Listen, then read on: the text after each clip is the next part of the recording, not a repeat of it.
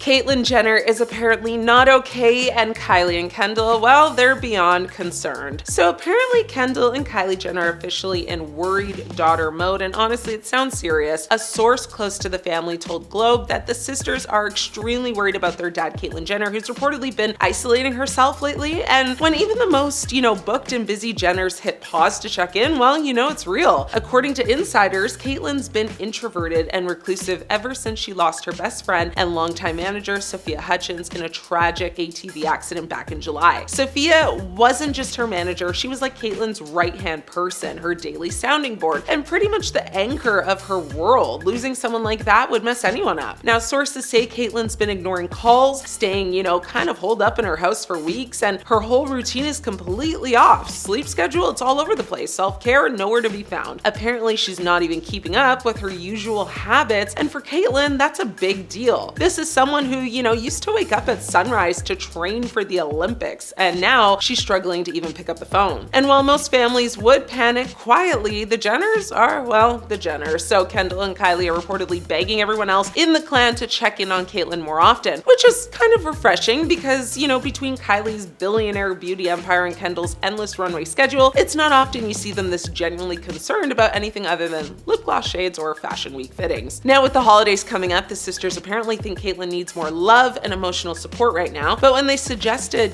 she see a life coach, Caitlyn was not having it. The insider said she's fiercely independent and refuses to accept help. Classic Jenner stubbornness, if you ask me. Now, Caitlyn's basically the definition of I can handle it myself, but at 76, that kind of energy can sometimes backfire. I mean, she did speak publicly about Sophia's passing in an interview with Fox News back in August. Caitlyn said, and I quote, "Recently, my good friend Sophia passed away in a tragic accident. For the last 7 weeks, I've been dealing with passing, and it's so difficult." You could feel the heartbreak in her voice. Sophia wasn't just someone she worked with. She'd been a part of Caitlyn's life since her I Am Kate reality show days, and even took over as her manager after Caitlyn split from Kris Jenner. That's not just a business relationship, that's family. It's honestly kind of heartbreaking to hear that Caitlyn's been struggling in silence, especially after everything she's done to stay strong and visible post-transition. For years, she was one of the loudest voices for the trans community in Hollywood. Always polished, confident, and media ready, but behind the scenes, it sounds like she's been completely thrown off balance by this loss. And it's not like Caitlyn has the easiest relationship with the Kardashian Jenner empire to begin with.